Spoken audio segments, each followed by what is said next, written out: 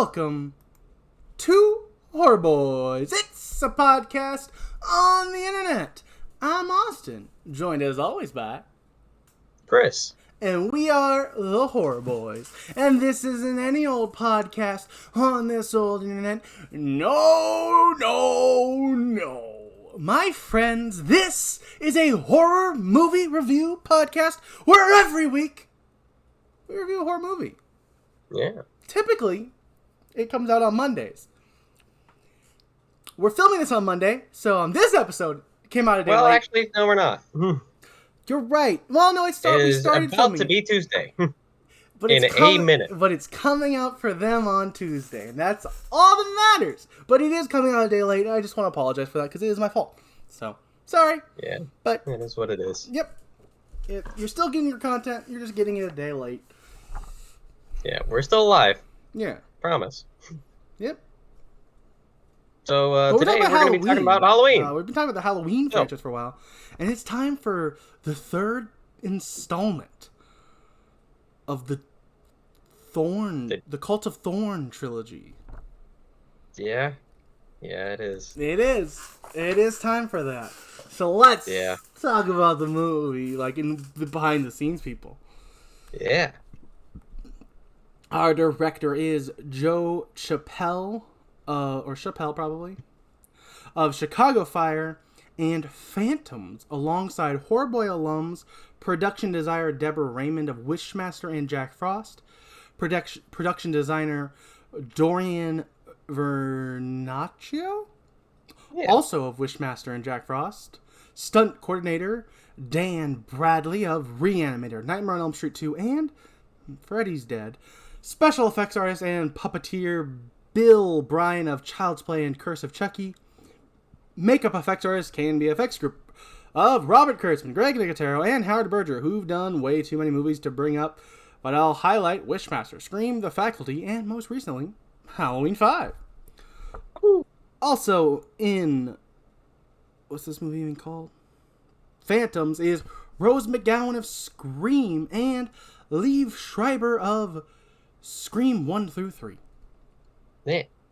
The writer of this movie is Daniel Farrands of The Maligned, Haunting of Sharon Tate, and is also, it was just a movie people said was like in poor taste, because, you know, Sharon Tate's a real person who is really dead, and they were like making some movie about her being haunted.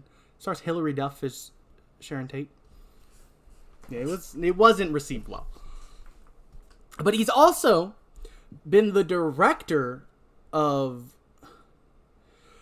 Wait, what? Oh, yeah. He was the director of some horror documentaries, including Scream, The Inside Story, Crystal Lake Memoirs, The Complete History of Friday the 13th, and Never Sleep Again, The Elm Street Legacy, which I believe I've seen all three. I can't remember for sure on Scream, The Inside Story. I've definitely seen the other two, and they're amazing documentaries. So he can make some really good documentaries. I believe he was also credited as the writer for those. So, like, he, I guess, decided what questions to ask people and stuff on those documentaries. And I own Never Sleep Again over in my pile of movies that you can kind of see. You see part of it in my shop. Yeah, so huge credit to him. I also really love Crystal Lake Memoirs. The few times I would have, you know, like, special information during the Friday the 13th series would come from things with... Crystal Lake Memoirs was definitely one of the... Memories, not memoirs. But yeah, it's great. So yeah, he does some great documentary work. Our composer is the returning Alan Howarth, and we also have Paul Rabjohns of Children of the Corn 5 and Wishful Thinking, alongside Horror Bois alums Jon Stewart of The Faculty and Drew Barrymore of Scream. Oh. It is so weird to me that Jon Stewart is a Horror Bois alum. Yeah. But he is. Our director of photography is Billy Dixon, who was the camera operator on Silent Night, Deadly Night. Our production designer is Brian Ryman. Our special makeup effects supervisor is Horror Bois alum, the late John Carl Beekler of Hatchet, Friday the 13th Part 7, Reanimator, Bride of Reanimator, Nightmare on Elm Street 4, Freddy's Dead, and Halloween 4, just like that's a weird 1-2 punch there of one of my least favorite movies of all time, followed by one of my favorite movies of all time. Yeah. And then our special effects coordinator is Horror Boy alum Larry Ferrito of Halloween 4 and Jack Frost.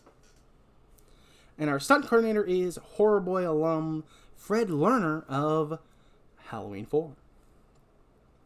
Then there's something on this page that I promised I would never, ever say again, so I won't do it. I'm just not going to do it. We're not even going to talk about it. Let's move on to the next step. Talk about Horror Bois Theater. Well, I wasn't going to say it, but now that you said it, I guess we should do the...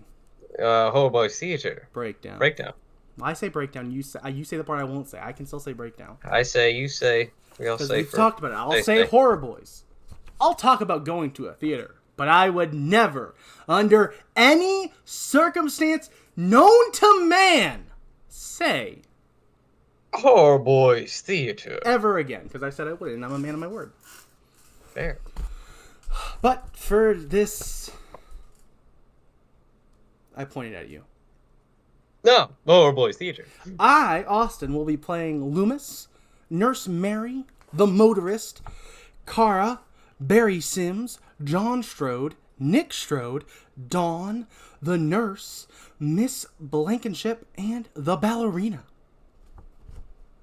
Then I will be playing Jamie, the Man in Black, Danny, Michael's groupie, Tommy, Dwayne, a mother, second male caller, everyone's favorite character, Dr. Wynn, Deborah Strode, Beth, paramedic, Sheriff Holt, and Dr. Bonham. That is right.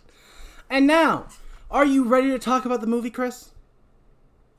I suppose so. Well, we can't, because there's some more behind-the-scenes stuff that I have to bring up before we go into the movie itself.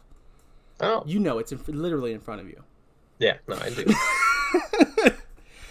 Yeah, so I'll bring it up here. I'm going to read it just verbatim what I have written here, because I feel like I tried to sum up my thoughts of the first part of it pretty well here. I had purposefully not brought up the producers of movies lately because during the WGA and SAG-AFTRA strikes, which I do fully support, I didn't want to give any credit to anyone who would likely be a member of the AMPTP. And considering that is the, Alliance of Motion Pictures and Television Producers, there's a very good chance that big name producers are probably in it.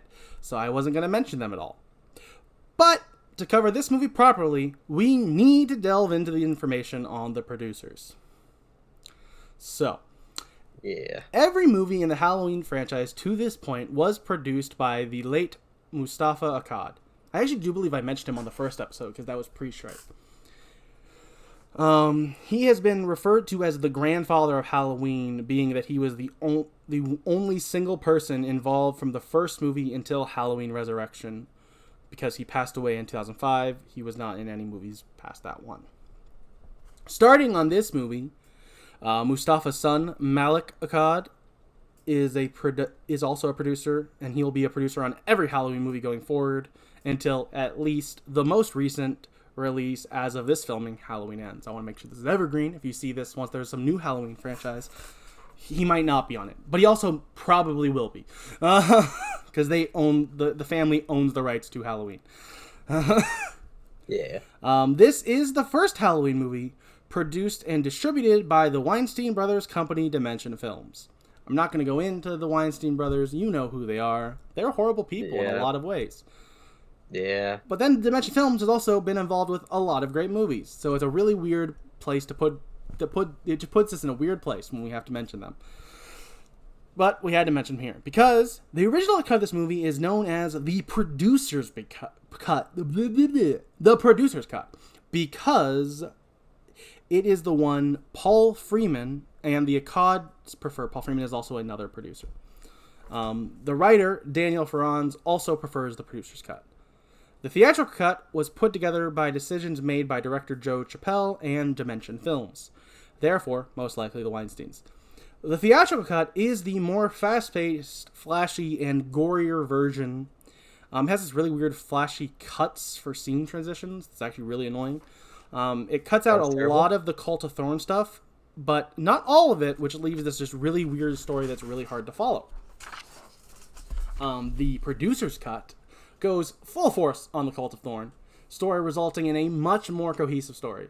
It also doesn't have the extra gore that was added in reshoots, so it is much more reserved movie in that category. It also has far more of the iconic Halloween theme that is cut out of a lot of the theatrical cut. It is also the current one available on streaming.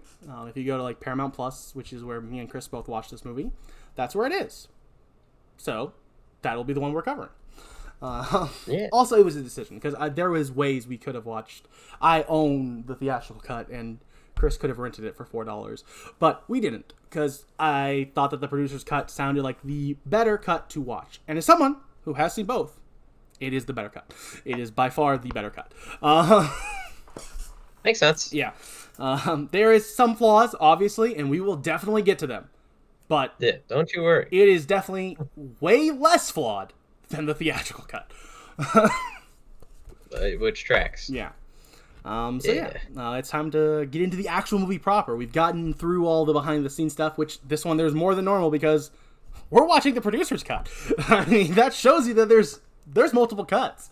There's things going on with this movie. So we open with our title card. We then get a date card telling us it's October 30th, 1995. Followed by some shots of a woman screaming in pain on a gurney. The woman in pain is actually Jamie Lloyd, who is now played by J.C. Brandy. And now back to behind-the-scenes information. Danielle Harris wanted to come back to play Jamie again. The studio didn't want to use her because she was only 17, and working around the rules in place for minors can be a hassle, which, fair. There are extra rules to protect minors from, like, long day working and stuff like that. It's just easier to not have as many children on set.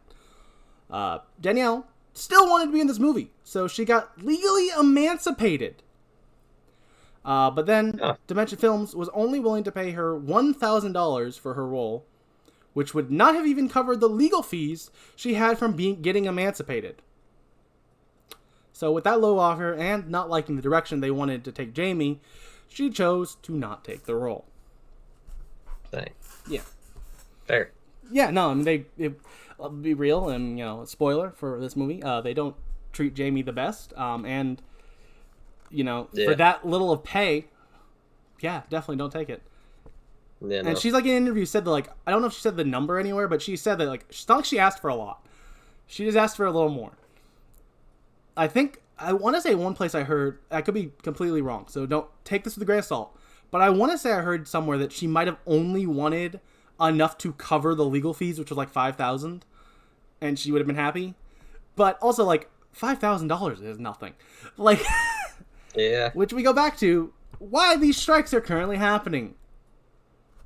This was, truly 13, 10, 15, 25, 20, how old am I? I'm 26. So 20. This is 28 years ago. 28 years ago. So, yes, that $1,000 would be worth a little more today, but it's still not a good pay, and it is still the reason they're fighting for more right now. So, yeah. Once again, I won't speak for Chris, but I also know that he said it before, we fully support the WGA and the SAG-AFTRA strikes right now. Because, yeah. But, yeah, so... people should be paid, appropriately for their work. Absolutely. And Danielle Harris should have been paid appropriately for the work she was doing in this, even if she's only in not the most of this movie. It still would have been, she still should have got paid. Because she wasn't even asking for a lot. Sure. Yeah. Yeah, so now back to the movie once again. Our opening credits play... Where's the spot? I lost my place. Credits play over more shots Danielle of Jamie. still wants to be in, more shots of Jamie being taken through the bowels of the back halls of a building. Taking some pages out of Friday the 13th. Yeah, it's definitely it's really weird. No, it's more of a Nightmare on Elm Street, really. Yeah, that's what I'm. Yeah. I will say Friday the 13th. This doesn't take place at a camp at all, Chris. No, yeah, it is. That's what I meant. But you misspoke. What are you? I get me? The two mixed up. What are you? Me on the whole podcast series when we covered them? Yeah. And you had to keep correcting me. It's contagious. Yeah. But yeah. Besides the nurses wheeling the gurney, we also see a cult member in a big robe. Establishing that there will be cult members in this movie. Yeah. A lot of them. Don't worry. That is definitely something they choose to go with, which, as someone who's seen both, I will say, committing fully to this is better than only half committing to this. Yeah, it makes sense. Yeah, exactly, yeah. Yeah. Besides... The shinier of two turds. Yeah. Well, we'll see if that's my opinion. The gurney is taken into, like, a castle-like room, I would describe it as. Where, like, the walls are made out of stone. At first, I thought that this was, like, the temple room with, like, the altar in it, but it's not. It's a different room, so... Yeah, I think this is just, like, a basement in the hospital. Yeah, well, it all is, technically. Spoiler. Well, yeah. We don't know that yet. Nurse Mary helps her deliver a baby. Nurse Mary is played by Susan Swift of Audrey Rose. We get some slow-mo shots of Jamie in pain as she gives birth. After the baby is delivered, Jamie says, Please give them to me. Before Nurse Mary can answer, the man in black walks in. He motions for the baby to be brought to him. Mary hands the baby over to the man in black. Jamie says, Please? No, please. My baby. Please give him to me. The man in black turns and walks off with the baby. Jamie yells, Dang you! We cut to shots of the baby on a stone altar, adorned with the symbol of Thorn, surrounded by candles. The baby is being anointed with blood as the symbol of Thorn is drawn on his little baby belly. Yeah. While this ritual is happening, we get some narration by Loomis. In this cut, if you watch the theatrical cut, it's narrated by Paul Rudd. Oh. Yeah. Interesting. It's weird that they chose, because I'm pretty sure the narration is roughly the same. So it really makes no sense. Yeah. But I guess to be fair, if they changed it at all, they would have had to get someone else, because by the time they did the reshoots, Donald Pleasance had already passed. So. R.I.P. Yeah.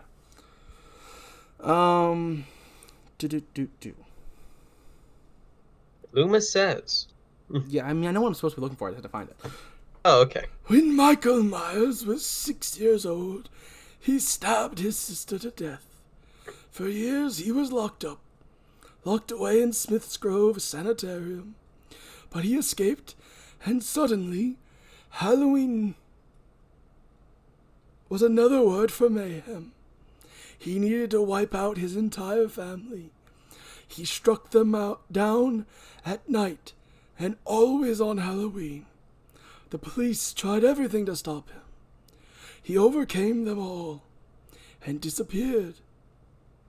The world thought him dead, but I wasn't sure. I wasn't sure that Michael Myers had died.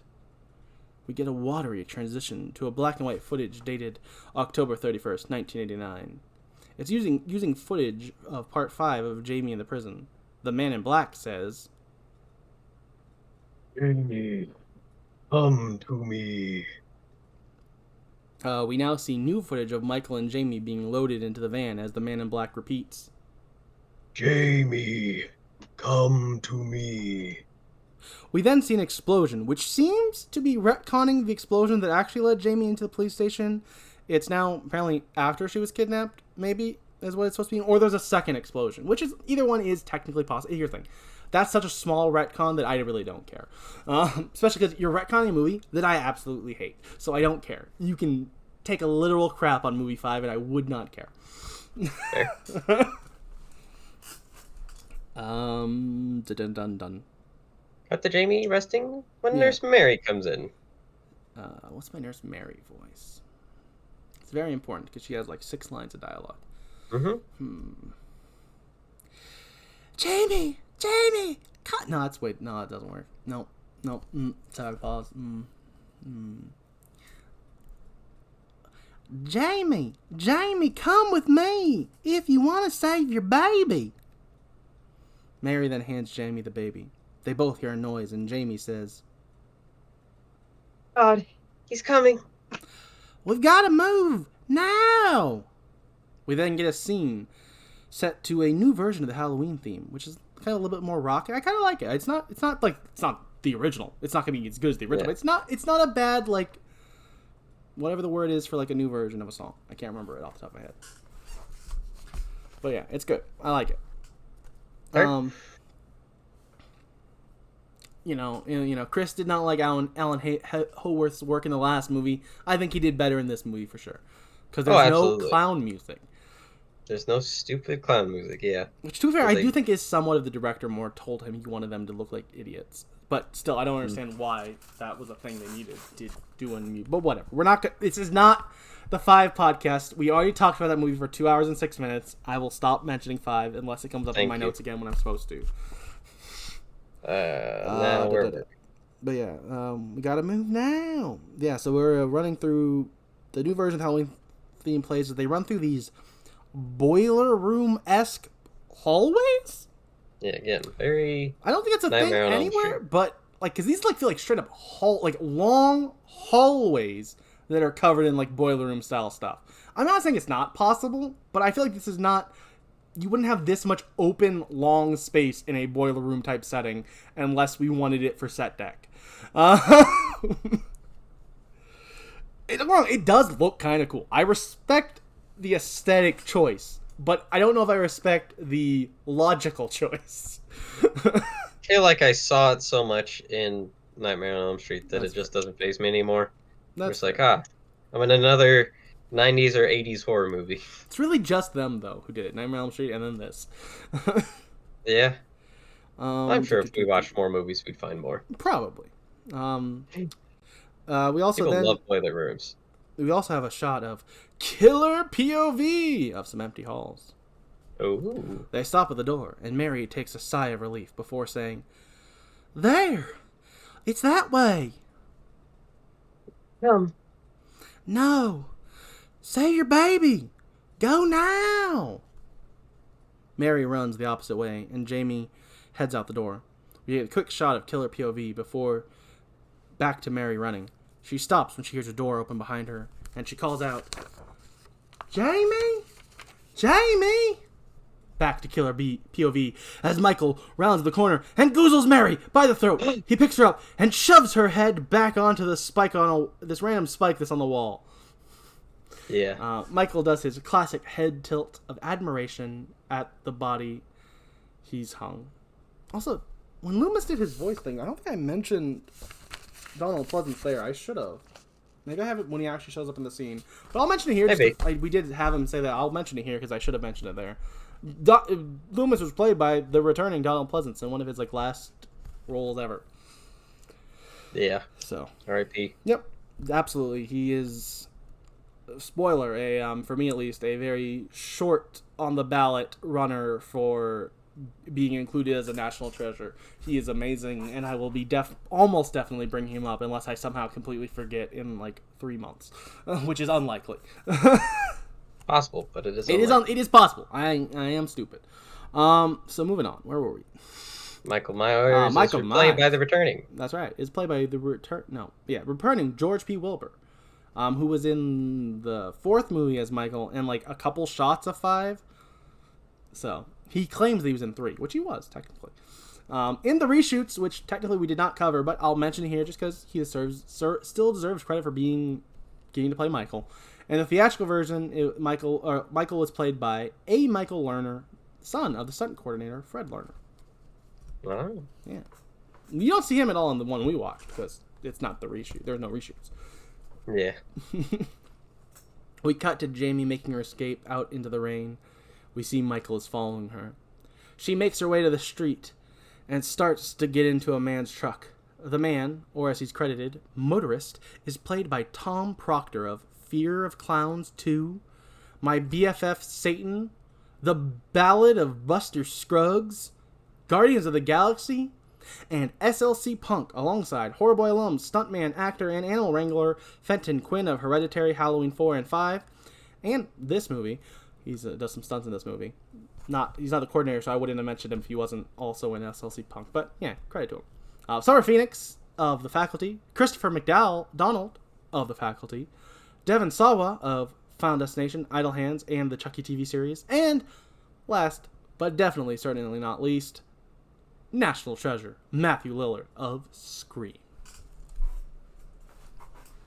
I believe we mentioned SLC Punk on the last movie, and I only mentioned Matthew Lillard and Devon Sawa because they were the only people I noticed. But then when I re-looked into this, I was like, oh, there's like 6 other people. My bad. Oops. Yeah. Oops. The motorist yells, "Hey, what are you doing in my truck?" Jamie tries to tell him something, but it's inaudible. The motorist slowly walks toward the car and says, "What are you doing in my truck?" "What?" She tries to tell him something and is pointing violently behind her. The motorist asks again, "What?" He has walked far enough, and Michael comes out of the shadows and snaps his neck. Jamie then drives off. We cut to a POV shot of a house that has a Strode Realty sign in the yard. Yeah. It's not killer POV because we hear boot spurs rattling, so it's Man in Black POV. Bum, bum. I think it's the only time we get Man in Black POV. Yeah. But it does happen. We then cut upstairs where a little boy is tossing and turning in his bed. We pan over to show the Man in Black in his room. The Man in Black says, Danny, kill for him. And he lifts up a knife. Am I Danny? Yells. You're Danny, I believe, because I believe I'm also Tara. Danny. Yeah. That makes sense. Yeah. Mommy. Wasn't expecting that. It was good, though. I wasn't either. It just happened. Danny's mom, Kara, comes in. Danny Strode is played by Devin Gardner. Kara Strode is played by... Or Kara. It's not Kara. It's Kara. Kara Strode is played by Marianne Hagen of The Forest Hills, Stakeland, and Last Kind Words, alongside Horror Boy alum, national treasure Brad Dourif, the voice of Chucky. Oh. Kara says, "Danny?" She comes in and gives him a hug. She continues, "Mommy's here. What is it, baby?" Oh, hold on. Where am I? The voice. The Man in Black says? Nope, Danny replies. No. Where am I? After I say, "What is it, baby?" Oh, yep, there we go. The voice man. He's here. Kara looks around the room and says, "No one's there, sweetheart." But I've seen him. "You've been watching way too much TV. You know that?" He says things. Bad things. "Like what?" Danny doesn't say anything. "Okay." She then stands up and while spinning says, "Stay away, monsters. Stay away, ghouls. Stay away from Danny. You jerks know the rules. Better." Danny smiles, and Kara tucks him back into bed. She takes a picture he drew off the wall that has the symbol of Thorn on it. Kara leaves Danny in his room. I will also pause here to mention that just random other little things that I know from watching both and also watching a video that reminded me of the things that I didn't remember because, I didn't have time to rewatch the theatrical cut. That was something I planned on doing at one point. Did not happen. But Fair. In the theatrical cut, they cut out her little song. Oh. It's not long, and all it does is make her look like a better mom. I don't understand at all why that would be something that's worth cutting. No good single mothers. Not allowed. Apparently. But if these cuts were being done by the Weinsteins, something that stupid sounds possible. Yeah. Oops, did I say that out loud? Good. I hope it was heard. Yeah. Kara turns on the radio. Turns on Back Talk with Barry Sims. Barry Sims is played by Leo Geter of Near Dark, Silent Night, Deadly Night, and Footloose, alongside Horror Boy alums Russ McGriffin of Halloween 5 and Kevin Bacon of Friday the 13th. Some call him. You're Barry Sims, darn. I was hoping to be Barry. That's fine. What? No, I just was hoping to be Barry, but I scrolled up and I am not Barry. Oh, sorry. Yeah, because it's just Barry talks to Beth, who I have you as later. Ah. So. Oh, that's it's one of those right, things where sometimes I have to pick and choose who can be who. Oh, also, Barry talks to Tommy, who you are also. Oh, also true. So there's multiple people who you are, so I had to be Barry. I honestly thought you would have been a better Barry, but for the sake of you not talking to yourself, I am Barry. I'm sorry. Valid.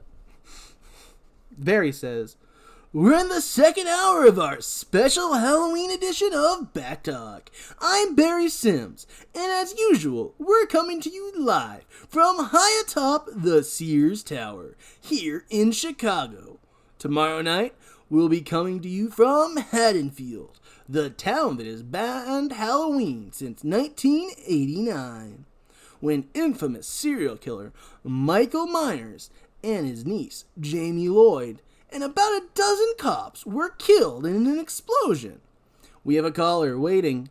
Who's next? Talk to me." The caller, or as I will refer to her, Michael's groupie, says,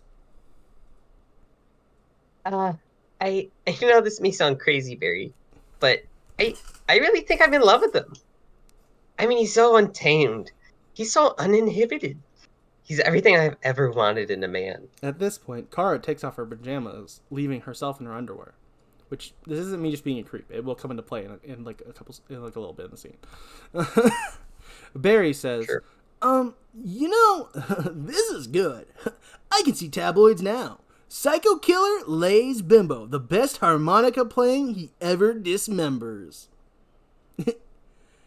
Is this the type of you fall for? You always fall for, lady?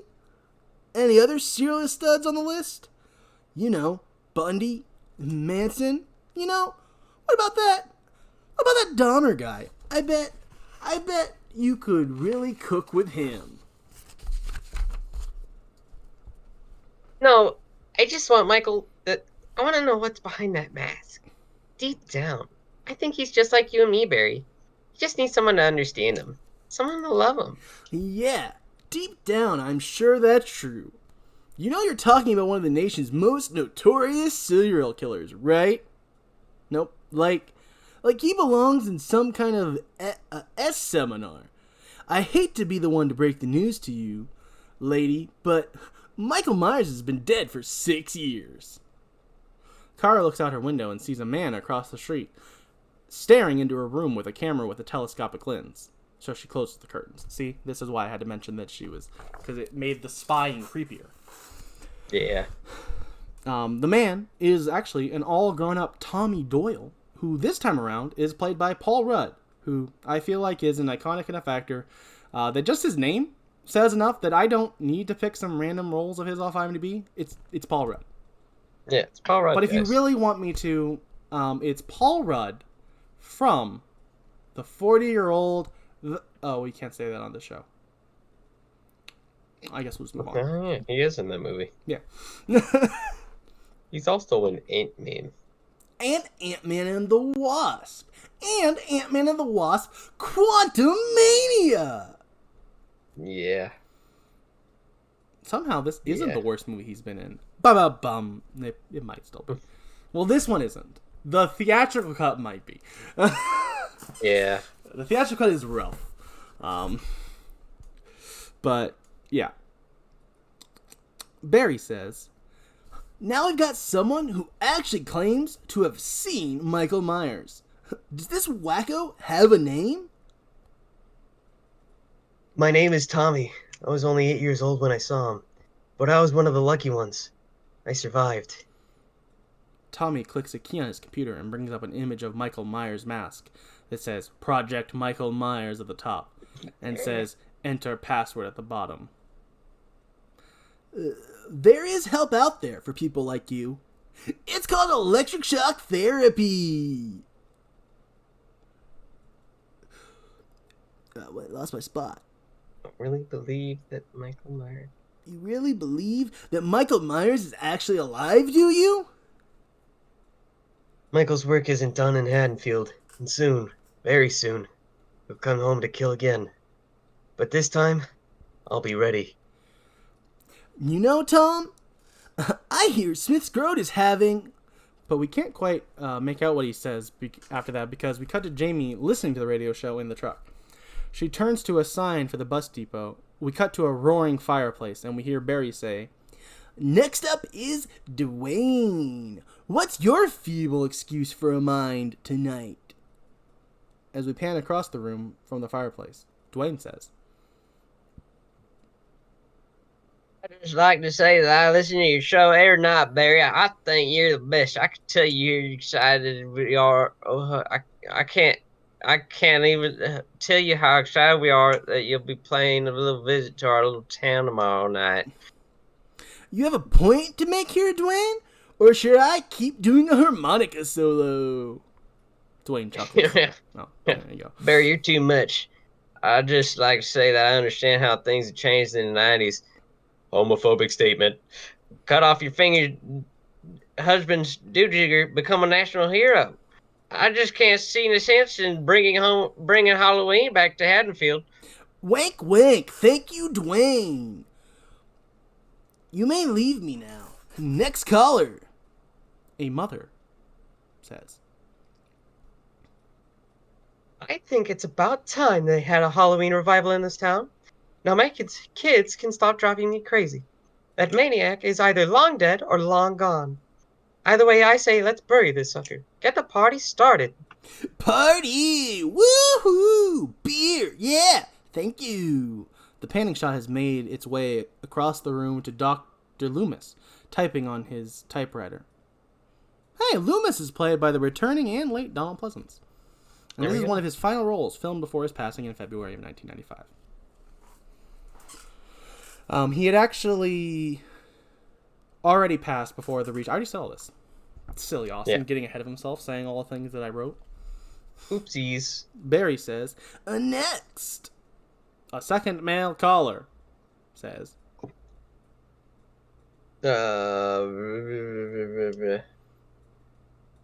Barry, what happened to that psychiatrist of his, Loomis? I heard the old quack is dead.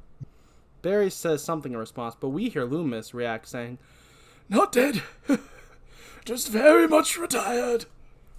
Loomis gets a knock on the door, while we hear Barry say, "Let's take a little break from the colors." Loomis opens the door and says, Good God! Terrence, come in. Dr. Terrence Wynn comes in from the storm and says, Race, what a night!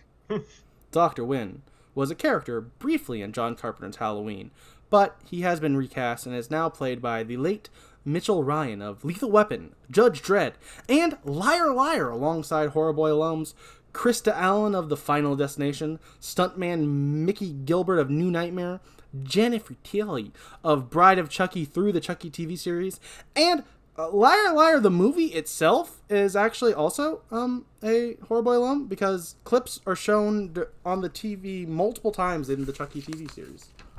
Oh. So actually, Liar Liar is the first, well, not the first, but it is one of the movies that is also a Horror Boy alum in its own right. I believe Night of the Living Dead and the original Thing, the Thing from Outer Space, would also count as movies that are Horror Boys alums in their own right. Wynn says, Even much as a sign for 5 miles on that road.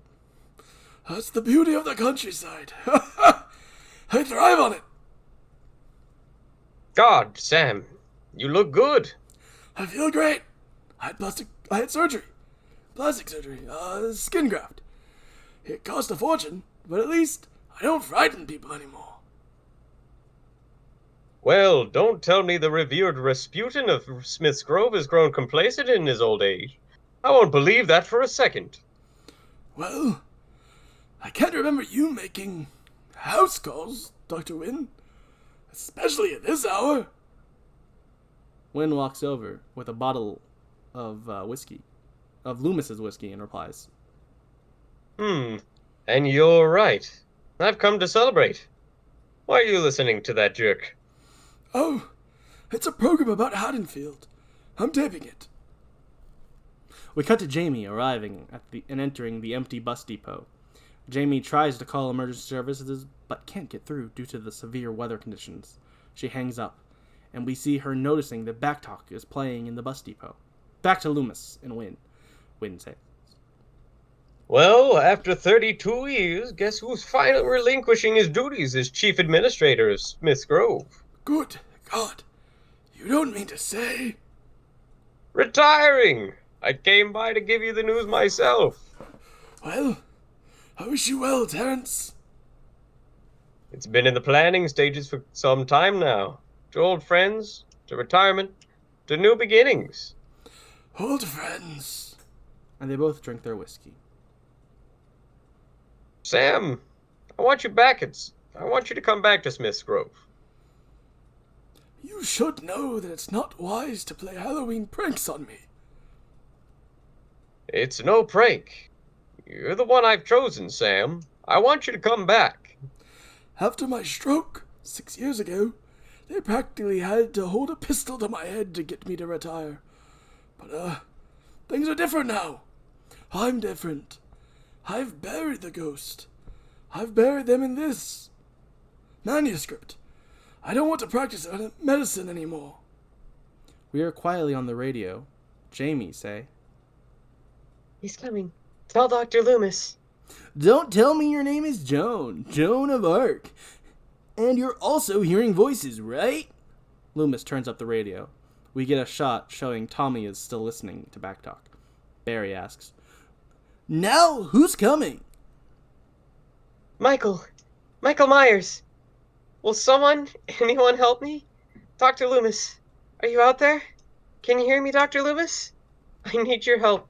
Please, no, please, stop. What the hell's going on tonight? Every loony in the state is calling. What is it, a full moon? I guess Halloween brings out all the wackos. Barry continues rambling, but the focus is now on Jamie as she heads down the stairs at the bus depot. We get a quick shot of Loomis getting his gun out of a case. Back to Jamie and the baby, now in the bathroom. The baby is crying, so Jamie tries to comfort him, but the power goes out. We see Michael starting to come down the stairs. Jamie hides in a bathroom stall. Michael starts clearing the room, opening each stall. When he gets to the stall Jamie was in, the window at the back of the stall is open, and Jamie is gone. We cut to Jamie driving the truck, being followed by Michael in a Smith's Grove van. Michael rams into the back of the truck, and Jamie yells, Leave us alone. Michael speeds up and gets in front of Jamie, forcing her off the road and as she crashes through a fence and some pumpkins before stopping in a field of a farm. Jamie gets out and heads into the barn. She sits down on a hay bale. We get a quick shot of killer POV before switching to a shot where we can see Michael out of focus behind Jamie. He walks up to Jamie, and when she stands up, he stabs her in the gut. He walks away from her, heading to the truck.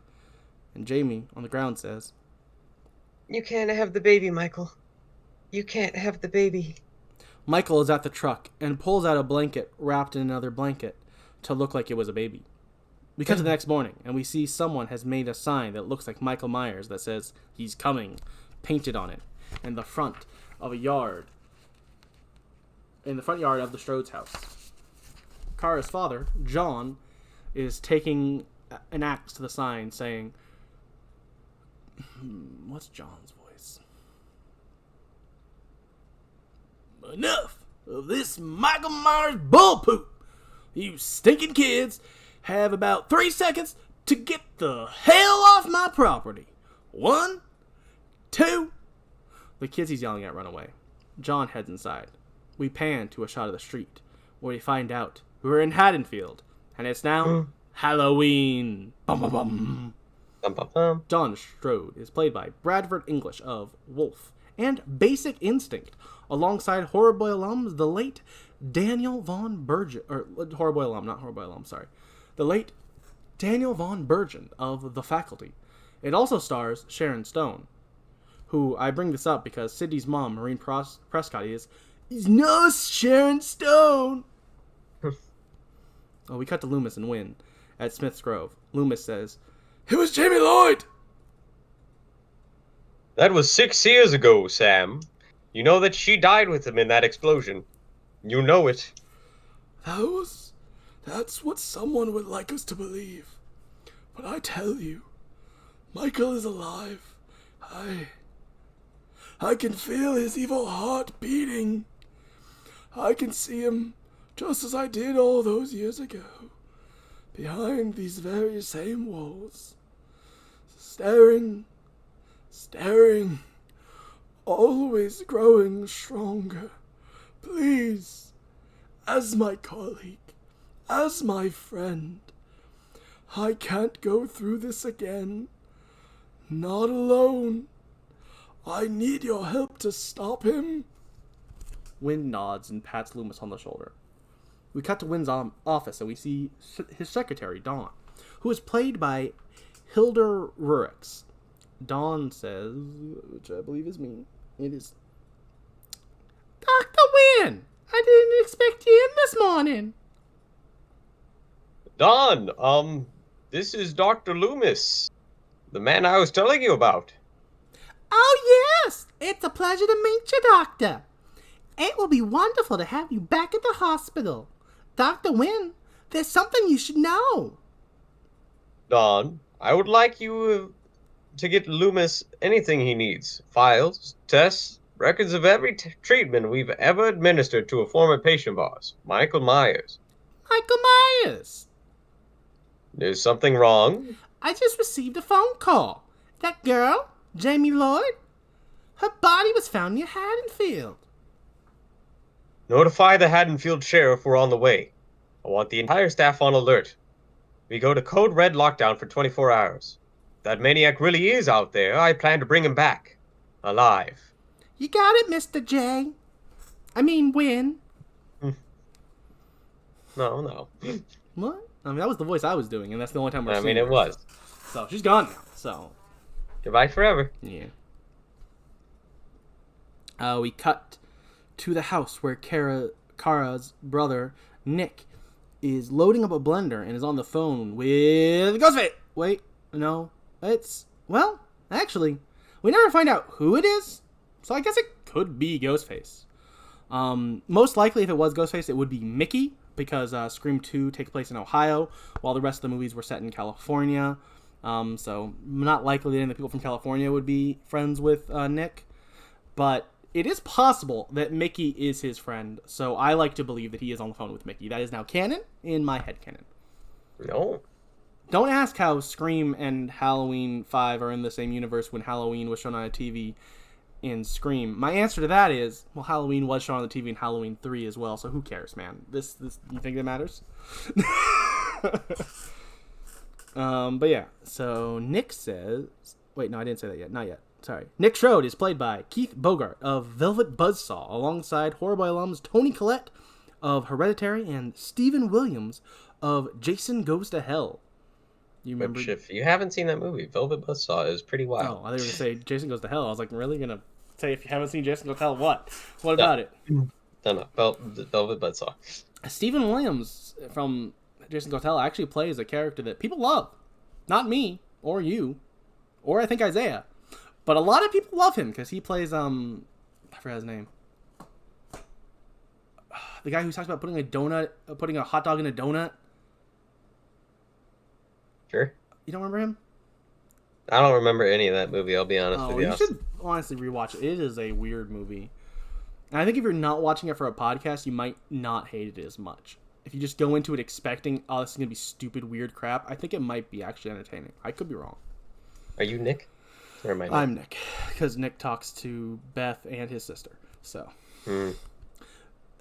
Yeah, gee, what's up? Barry's my homie from Chicago. Yes, that Barry Sims. Beth and I are down on the gig. Danny? Danny hands Nick a candy bar off for the blender. Nick continues. Look, you just bring the posse tonight, and we'll hook you up. Peace. Talk to you later, Mickey. Have fun at college in a couple years. Because it's Mickey. It's now canon. Oh. This is his high school friend, Mickey. Because Mickey would, I believe, still be in high school at this point.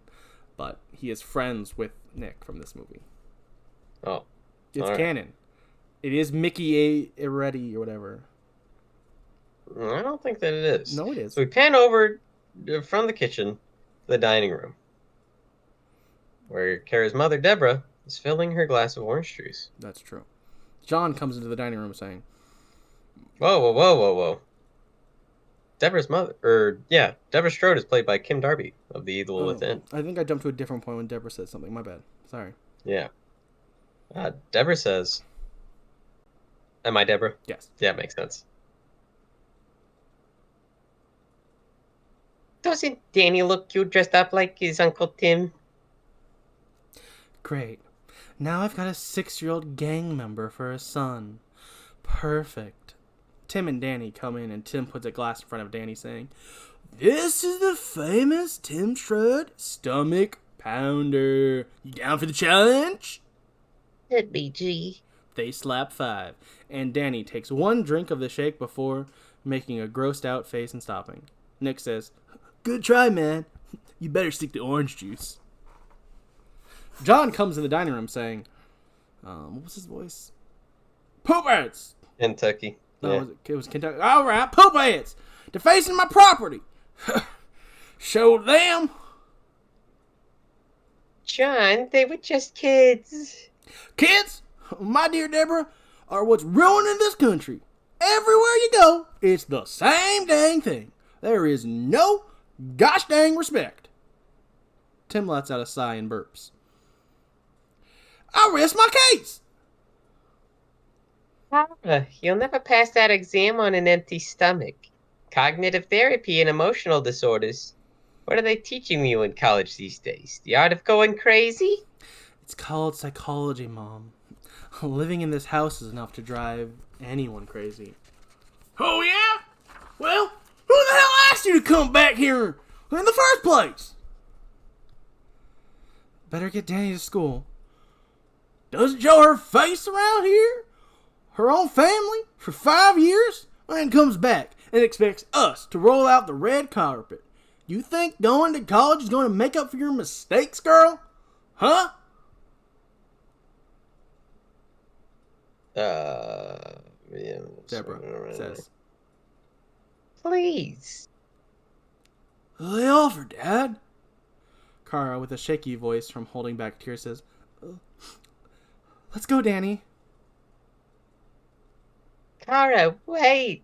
Please. John, can't we just sit down for once and try to be a family? I'm sorry, Mom. Deborah starts to slide money on the table to Kara. John says, "That's it, Deborah. Yeah, just keep slipping her the cash. You know what? While you're at it, I got a great idea. Here. Why don't you give her all our gosh dang money?" And he throws money from his pocket at Deborah. "Why don't you leave her alone? Nothing ever changes, does it? You've got to wake up. I've got news for you, girl. Before you came around, everything was going fine. Till you landed on our doorstep. You and that little fatherless child. I see only one fatherless child in this house." John stands up and backhands Kara. We hear Danny hear the man in black say, Danny, kill for him. "Get away from her. You shut up. Let's stay out of this. If you ever talk to me like that again, and so help me God, you understand?" Everyone looks down to see Danny has a steak knife up to John's stomach and an emotionless look on his face. Kara says, Give me the knife, Danny. And she takes the knife away from him. There's a knock on the door. It's Tim's girlfriend, Beth. And Kara walks out the door with Danny. Beth is played by Mariah O'Brien of Buffy the Vampire Slayer, Season 3, Episode 9, The Wish, where she plays Nancy, who, for the life of me, I could not tell you who Nancy is. But The Wish is a very memorable episode where Cordelia is tricked into wishing for a world where Buffy never came to Sunnydale by a vengeance demon. And then antics ensue. Because there's no Buffy in town. That's crazy. That is crazy. Yeah. Well, Beth says, Hey, could you make way for the Hart County Express? Where's Tim? We're supposed to go over the list of events for the night. Beth sees Kara's bloody nose and says, Oh, God. He do that to you? another episode of Father's Knows Best at the Strode House. What the hell happened this time? She gets hugged from Tim from behind, and then they kiss. What's gotten into you? I'm just glad to see you. That's all. You guys okay? Tonight's the night. We bring some life back into this town. Poop. Beth? Why did we have to be the ones to organize this freaking fair? I mean, it's only Halloween. How many times do I have to tell you? It's not about Halloween. Now, Danny, you know Grandpa didn't really hurt me, right? Right, Mom. Well, you better go catch your bus. But tonight when you come home, we'll go trick-or-treating, okay? Okay. I love you, Danny. Love you, Mommy. Give me a squeeze. They hug. Kara sends Danny off to the bus, and we cut to inside where John says, I just can't live with her anymore, Deborah. You don't understand, do you? It's not about Kara. It's about you. I don't care what she's done. She's your daughter. She's not my daughter anymore. We cut to Kara, Tim, and Beth in Beth's car. Kara asks, Beth, who's that guy who lives across the hall from you? Why? You interested? Yeah, right. He's always staring out his window. Last night, I caught him watching me. As they drive past the boarding house, we see Tommy standing out and staring out the window. Oh, you're staring out the window? Thank you. Well, he is a line. Beth has a line, so if you could say that instead. Nah. Instead of your visual gag that less people will ever see, maybe do the written part, the reading part where, everyone can hear it. I think they'll enjoy hearing us talk about the bicker about my stupid visual bit. So anyways, Beth says, that must be Tommy. On a weirdness scale of 1 to 10, he rates about a 13. Supposedly some scary poop happened to him when he was a kid. Messed up his head pretty bad. He's harmless though. Probably just lonely. Or in the mood to play harmonic music. Something you probably haven't felt in a while. Tim. Beth waves and calls out, Happy Halloween, Mrs. Blankenship. Best part about living in that boarding house is that crazy old lady wouldn't hear a truck drive through her living room. Mrs. Blankenship is played by Janice Nickerham of SLC Punk. We cut to Tommy in his room that makes him look like a conspiracy nut, because he is. Listening to a recording of Jamie's call on the Barry Sims show last night. He hears in the recording sounds of the bus depot. We cut to him at the bus depot. The man at the desk, or as I assume he's credited, the attendant, says, Can I help you, sir?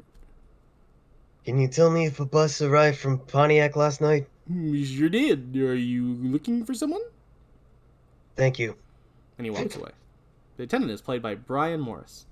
Tommy walks over to the payphone and sees blood on the side. He follows a trail of blood down the stairs to the bathroom.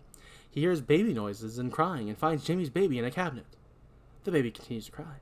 Tommy tries to calm the baby down even. It's okay. Oh, sorry, that's you. Yeah, it is. It's okay. It's okay. It's okay. It's okay, man. It's okay. Tommy leaves with the baby. We cut to the farm where Jamie was stabbed last night. The symbol of Thorn was burned into the hay bales. Wynn asks, Good God! What's that? It's his mark. He's come home. Dear God! Jamie! I believe you're a paramedic. Yes. Only God can help her It's a now. woman. Only God can help her now, sir. That is her only line, but it is different. I should have just stuck with it. Fair. She's a woman. Yeah. Oh, okay. And? My bad. Yeah, so the paramedic pushes a still alive but unconscious Jamie, and they're wheeled off. The paramedic is played by Sherry Hicks. Sam, no. Let them take care of it. The new sheriff, Sheriff Holt, walks in and says, Dr. Loomis. Yeah? Yeah, they told me you'd be coming. Now I suggest you go right back to your crackpot asylum. You people got no business in my town. Michael Myers is my business. It's been quiet here for 6 years, and now it's the way it's gonna stay. The last thing I need now is you going around spouting ghost stories. I suppose it was a ghost story who did all this. Huh? It was a ghost talking on the radio last night. And there's a ghost carried out of here right now. Sheriff Holt is played by the returning Frank Koenig, who I am not sure if he's supposed to be reprising the same character or it's just the same actor. I didn't say his name, though. Yeah, I did. Frank Koenig. Okay, yeah. He was in, I believe, 5, but I don't know if it's supposed to be the same character or not. So Maybe. yeah, we cut to Kara, Beth, and Tim arriving at their college. There's a sign for the Halloween fair and an appearance for Barry Timms. Tim says, "Yo, check it out. Tonight's gonna be killer." Beth, seeing Kara struggle to try and get all her books in her backpack, says, Kara, one of these days, you're gonna get lost in that thing. "I can't find my term paper." "Just copy someone else's." "I do it all the time. Works primo." Kara drops all her books. Beth helps pick them up and finds the drawing with the symbol of Thorn on one side. On the other side, it's a drawing of all of Danny's family stabbed and bleeding next to a giant black blob labeled Thorn. It's definitely capital T, lowercase H-O, capital R, capital N. Yeah. Beth Looks says, like your little boy's got himself quite an imagination. "He's been having nightmares." "I think it's cool." And I believe he was supposed to be doing a Butthead impression from Beavis Butthead, but it's so terrible I can't tell if he was supposed to be or not. No. He does some sort of weird voice for this line delivery. Must be some nightmare. A girl, who I assume is credited as college co-ed, walks up and says, "Bah! We've got work to do!" He's gonna find a way to integrate it in every single episode. So Beth Weird and out, guys. Tim start. That feels like the right character for college co-ed. No, it does. Don't get me And also, wrong. it's one line. Yeah. She's gone. So Beth and Tim start to follow the group of people. Beth says, Hey, are you gonna be okay? Kara doesn't respond to Beth, but does say, "Thorn?" College co-ed is played by Christine Summers. Kara is staring at the drawing and is startled by a woman screaming, but it was just a girl who's making out with her boyfriend. Kara looks behind her because she feels like she's being watched. No, but there's no one there. But after she turns back around, we see an over Michael's shoulder shot watching her. Ah! Tommy arrives at the hospital with the baby and says to the nurse at the desk, I need to see a doctor. "What seems to be the problem? I'm the same one as earlier. Oh I'm yeah, I not, guess though. so. I'm it's my different." baby. Shut up. It's my time to do my life.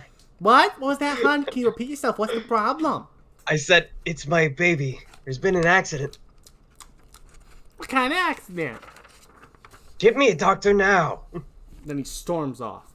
The nurse picks up a phone and says, "Security?" The nurse is played by Lee Ju-Chu, we cut to Win and Loomis, also at the hospital. There's nothing you can do for her now. His pager goes off and he says, I'll be right back. Win walks away.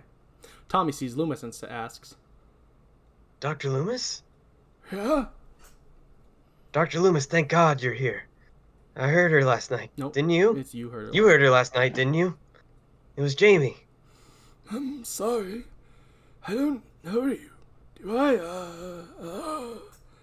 I'm Tommy. Tommy Doyle. Laurie Strode, Jamie's mother, was babysitting me the night when... Tommy Doyle. What are you doing here? Please, I need to know the truth. Michael Myers has come home, hasn't he? What? What do you know about Michael? I know he's still out there. People in this town, they want us to believe he's dead. But I know. I've always known.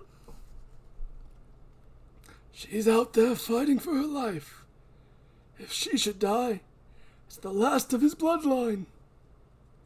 No, Dr. Loomis. She's not the last of his bloodline. And he looks down at the baby and then continues. Oh, God. There's a family, relatives of the people who adopted Laurie Strode's. They're living in Myers' house. Dr. Loomis, about Michael. It's just a theory of mine, but... He stops as the nurse returns with security. Meet me tonight, 9 o'clock at the campus rally. And with that, Tommy walks away towards the door. Tommy, wait! Wait! Tommy, wait! Oh, there you are! Who is that boy? Old friend. We're going to pause here to mention another discrepancy in the theatrical cut compared to the cut we watched. In the theatrical cut, spoiler, Jamie dies when she's attacked earlier. Gets her stomach mulched out. But for some reason, Loomis is still at the hospital, even though there'd be no reason for him to be at the hospital for that scene to happen. Oops. Yeah, it's, once again, they just cut out things and go, I guess this makes it shorter and better. It's like, maybe not, though. Maybe we need certain scenes to make other scenes make any sort of sense. Yeah. Yeah. Yeah. So... we cut to Michael, watching Deborah Strode from across the street. Ah, yes. Deborah picks up the axe John used earlier and heads inside the house. In the basement, she sees the washing machine isn't working, and ends up flooding the floor. Once upstairs with the laundry, Deborah hears a noise and goes to investigate it. A hand reaches out and grabs her shoulder. It's Loomis, who says, I'm very sorry, Mrs. Strode. Is everything all right? Who are you? I came to help your family. We then cut to Tommy arriving at his room in the boarding house. Shh. It's okay. Okay, Stephen. You like that name? Yeah, I think it suits you. Tommy cleans off the Cult of Thorn blood symbol on Stephen's stomach. We see a shot of Miss Blankenship walking past Tommy's door, not hearing Stephen's loudness. Won't let anything happen to you. We cut back to Deborah and Loomis. For 15 years, I've been obsessed to find out what was going on inside of him. It's been my life's work, and my ultimate failure. This force, this thing that lived inside of him, a source too violent, deadly for you to imagine. It grew inside of him, contaminating his soul. It was pure evil. What makes you think he'll come back here? The house is sacred to him. He holds all his memories here. His rage.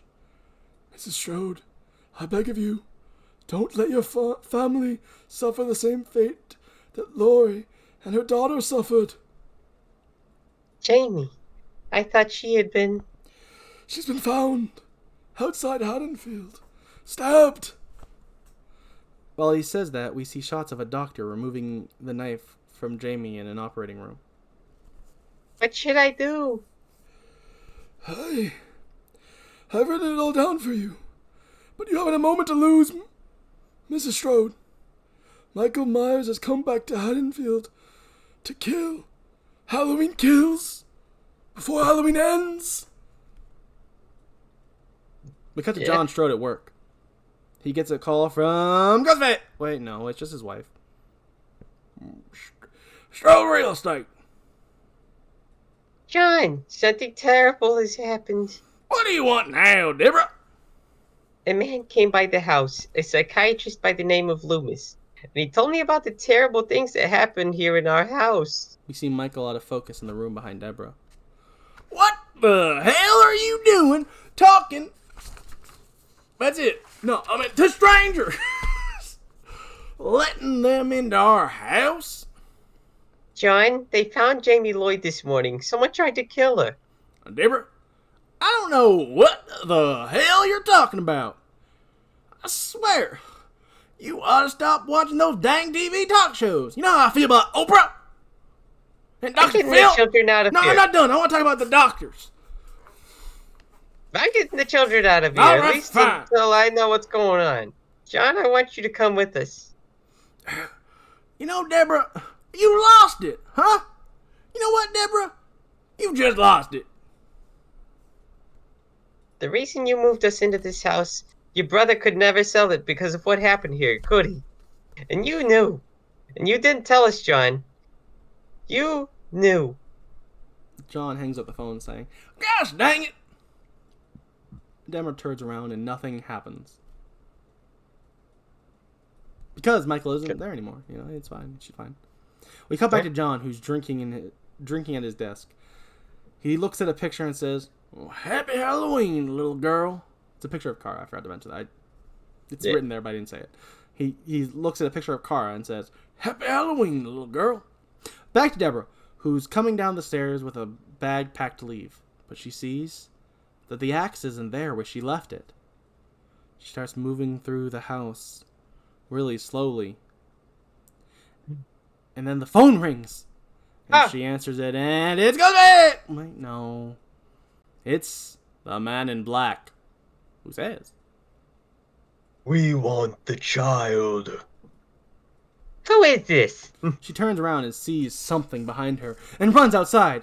She's running through the clotheslines in the backyard. She trips and has a real Velma moment, breaking her glasses. She's now crawling around and runs into Michael, who has the axe. Michael swings the axe down at her, and we cut to one of the white sheets being splattered with blood. We then cut to Danny walking on the sidewalk coming home from school. I actually pause before we go to that. I actually think that's a really fun way to do a kill if you don't want to do really crazy effects work and prosthetics. It still was an effective way to kill her without having to do nearly as much work. Yeah. So I respect still it. stylish. Yeah. Cut to Danny walking on the sidewalk coming home from school. Yeah. Danny looks... Oh, wait, sorry. Yeah, van for the van Barry for the Sims Barry show Sims drives past. show him. drives past. It has some very suggestive dialogue while it hypes his appearance in Haddonfield. I'm not going to even repeat it because it just feels too dirty. Even while technically not being, they can get away with it because it's technically not. But it just feels too graphic for me to want to say. Danny looks across the street and sees the man in black. But he's startled by Tommy, who walks in front of him, making him drop his pumpkin. Tommy leans down. Sorry. We cut to Kara, walking on a sidewalk. She walks up to her... I will say, the shot of her walking on the sidewalk is it happens for a little bit. It's kind of very reminiscent of, Laurie walking home in Halloween 1. I think that's definitely what they were going for. Makes sense. Yeah. They don't recreate any of the specific, shots, but you can definitely tell that was the vibe they wanted. But yeah, so Kara, she gets home, and she walks up to the door, which is locked, so she unlocks it, but the chain door guard is latched, which is what apparently that little thing's called. I had to look it up, because what's the little chain lock on a door called? It's actually officially called a chain door guard. Not a lock at all, it's a guard. Yeah, I don't know. She calls out, Mom? I'm home? Hello? Mom? She obviously gets no answer. So she heads to the backyard to go through the back door. There is no mom to be found. Michael, presumably, cleaned up the mess. She goes inside. She calls out again. Mom? She looks around downstairs, calling out, Mom? Danny? She walks over to the stairs and calls out, Mom? Are you there? She heads upstairs and heads slowly down the hall. You can hear sounds of a video game? coming from Danny's room. So she opens the door and sees Danny. And Tommy? What? What are you doing here? Before Tommy can reply, Steven gets fussy. Then Tommy says, I'm your neighbor from across the street, Tommy Doyle. what are you doing with my son? And where's my mother? She wasn't here when Danny came home. Danny, go downstairs. But Tommy's my new friend. He knows all about dinosaurs. He seems like the kind of guy who knows a lot about dinosaurs. He really does. And so does Danny. Honestly, it kind of adds up. Like, Yeah. I can't say what I'm thinking. But actually, I probably could, because I believe I am almost definitely also on the spectrum. But Yeah. there definitely is a Real. little bit of some spectrum vibes of these two dinosaur-obsessed people meeting together and bonding Yeah. over these dinosaurs. What's your favorite Yeah. dinosaur, Chris? Plesiosaur? It's technically not a dinosaur. It's I believe it has a different name, but Oh, that's valid. you're not a real You're not a dinosaur autistic, apparently. No, I'm not. I'm not either, Absolutely but not. my brother was, so I know all about dinosaurs. Yeah.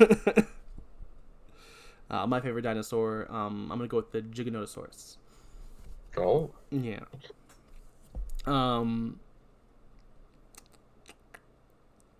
We went on a little side tangent about Tommy autism stands and up and dinosaurs. says, you're in danger. Come with me. We cut to them entering the boarding house. Mrs. Blankenship is watching an old movie and oblivious to their arrival, even with Tommy saying, Hey, Mrs. B. They head to Tommy's room. You don't really expect us to stay here, do you? I want you to watch your house. You can see everything from that window. Do you know how insane this is? Who am I supposed to be looking for? Him. She turns around and sees all the news clippings about Michael Myers on Tommy's wall. Tommy goes to make a bottle for Steven. Danny looks outside the window and sees Michael standing in front of the Strode/Myers house. Danny calls out. Mommy? Mom? Kara, reading the news clipping, says, Not now, Danny. Danny closes his eyes tight, and when he opens them, Michael's gone. It was all in his head, see? Tommy is trying to get Steven to take the bottle, but Steven won't stop fussing. Kara says, Here, let me try. She takes Steven and is almost immediately able to get him to calm down. See? All it takes is a mother's touch. We cut to Jamie in the hospital, where we see a memory of hers in black and white of the Cult of Thorn, forcibly making it so that Michael is the father of his own great/grandnephew. I don't remember what exactly the right term is there, but yeah. It's creepy. Yeah. It's not something that I would have probably put in the story, but it does. Yeah. It is better than the weird, convoluted, because they cut that part out in the theatrical cut and like make it really weird, and like apparently it's supposed to be like some sort of test tube clone baby of Michael, but also like that makes no sense why they would make like a clone of Michael if they wanted it to not be like it doesn't make sense. It makes even less sense than this does. This sadly does feel like something a cult would do. Like I could see a cult doing this. This feels like some weird cult behavior. Yeah. But yeah. After the memory, we're back in the hospital room, and the man in black has a gun to the unconscious Jamie's head and says, Your work is done now, Jamie. And he shoots her in the head. And then in a really fun, like, editing moment, we cut from the gunshot to a crime scene photo being taken.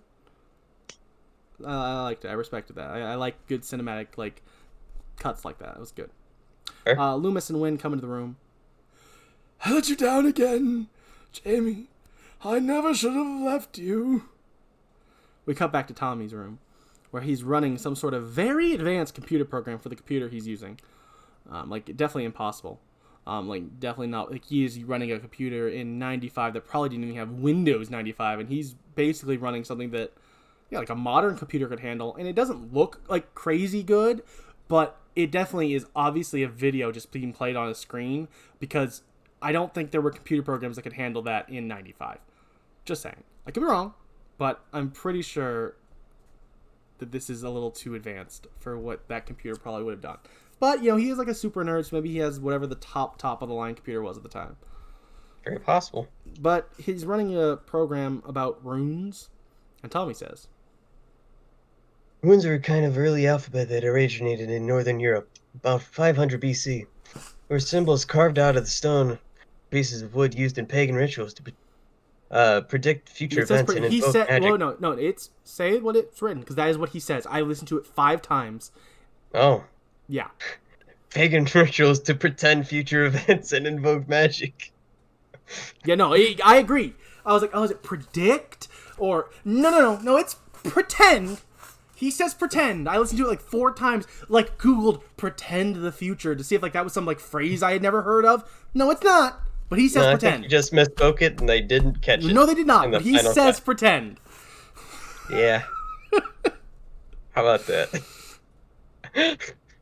So you want to start from the pagan rituals part and just go from there, and I won't interrupt again. Sorry. Yeah. There were symbols. They were symbols carved out of stone or pieces of wood used in pagan rituals to pretend future events and invoke magic. Of all the runes, Thorn had the most negative influence.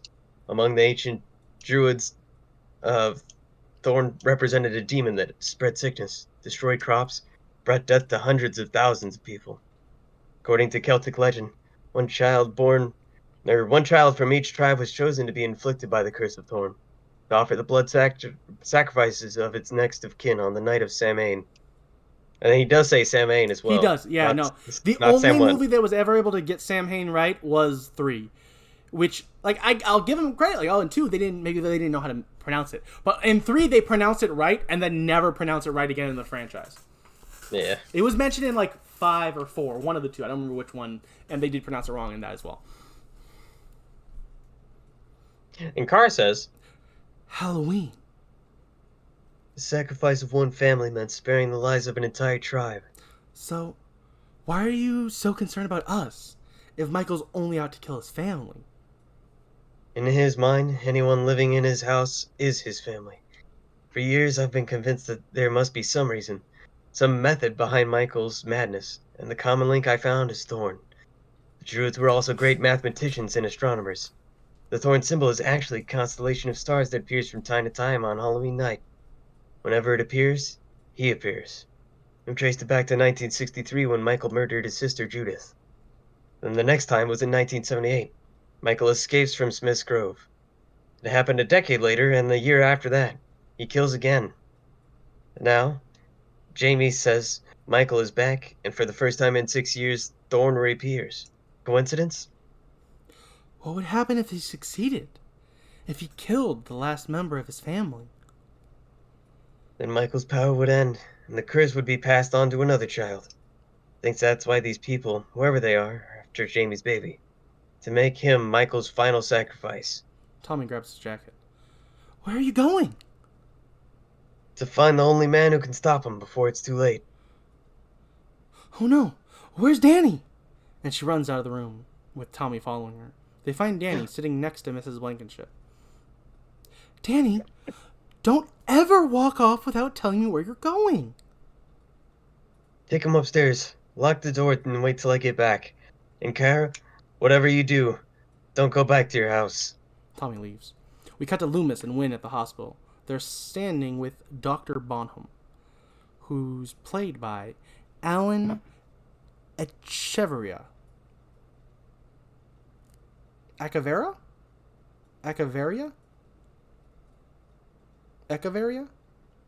Sure. Yeah. Loomis yells, You let it get to her! How could you? Dr. Loomis, during surgery, we discovered that Jamie's uterus was hemorrhaging, and we found this. It's placental fluid. Dear God in heaven, do you mean to say? I estimate she gave birth no more than 24 hours ago.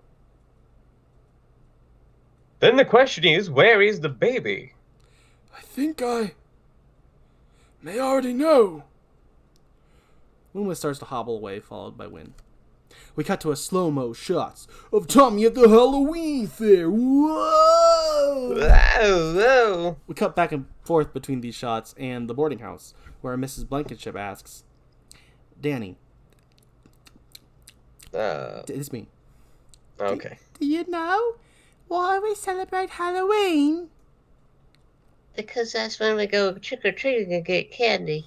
Oh, well, yes, but a long, long time ago, it was a night of great power, when the days grew short, and the spirits of the dead returned to their homes to warm themselves by the fireside.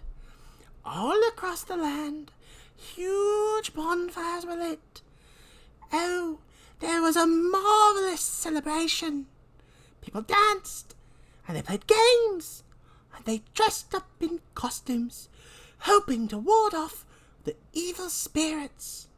We see the men in black at the fair. Especially the boogeyman. It's the boogeyman. Come on, Danny. Say goodnight to Mrs. Blankenship. Good night, Mrs. Blankenship. He hears the voice, you know. Just like the other boy that lived in the house. What are you talking about? I was babysitting him that night. Little Mikey Myers that lived across the street. And that's when the voice came. The night he murdered his sister. Michael heard a voice. It told him to kill his family. We cut to the fair, where we see Nick and Beth dressed as Frankenstein's monster and the Bride of Frankenstein. Yeah, where the hell's Barry? Let's go. Don't get starstruck on me now, Tim. We have a real agenda here, and Barry's going to help us get the message out. We then see what looks like the man in black walking up onto the stage. Hey, look. The mysterious man in black says, "Hello, Haddonfield!" He opens the coat to reveal it's Barry. And he's just wearing boxers under the coat. Yeah. Yeah. I don't know. We cut to a drunk John Strode arriving home, hitting a bike as he parks. When John comes inside, he calls out, "Deborah, I'm home. Thanks for dinner. Come out. Wherever you are. Gosh, dang it. She actually left." We hear thunder rolling as the electricity goes out. I know what's going on. It must be the boogeyman. He grabs a flashlight and continues. Here I come, boogeyman. I want you to know that I'm really scared. He hears the washing machine still running and heads to the basement. He cautiously walks through the flooded floor to the washer, and when he opens it, he pulls out a bloody sheet! He falls to the ground in shock. Michael enters the room and walks over to him. Michael goozles John and lifts him up and puts him up against the circuit breaker. Michael stabs something, it's below the shot so we can't tell, through John into the circuit breaker, causing John to die of electrocution. We cut back to the fair where Beth and Nick have joined Barry on stage.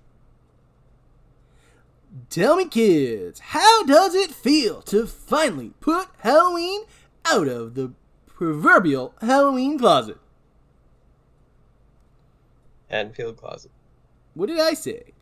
The Halloween closet. The Halloween Haddonfield closet of shame.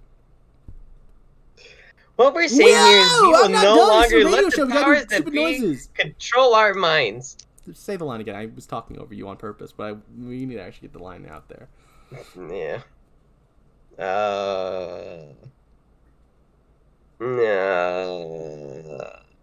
What we're saying here is we will no longer let the powers that be control our minds. For years, Halloween has represented everything that's wrong with Haddonfield. But Michael Myers is long gone. There is no boogeyman. Whoa! Does she get this riled up in the music room? Tim? I bet she wears crotchless panty and barks like a dog. Beth? What do you say, honey? You and me?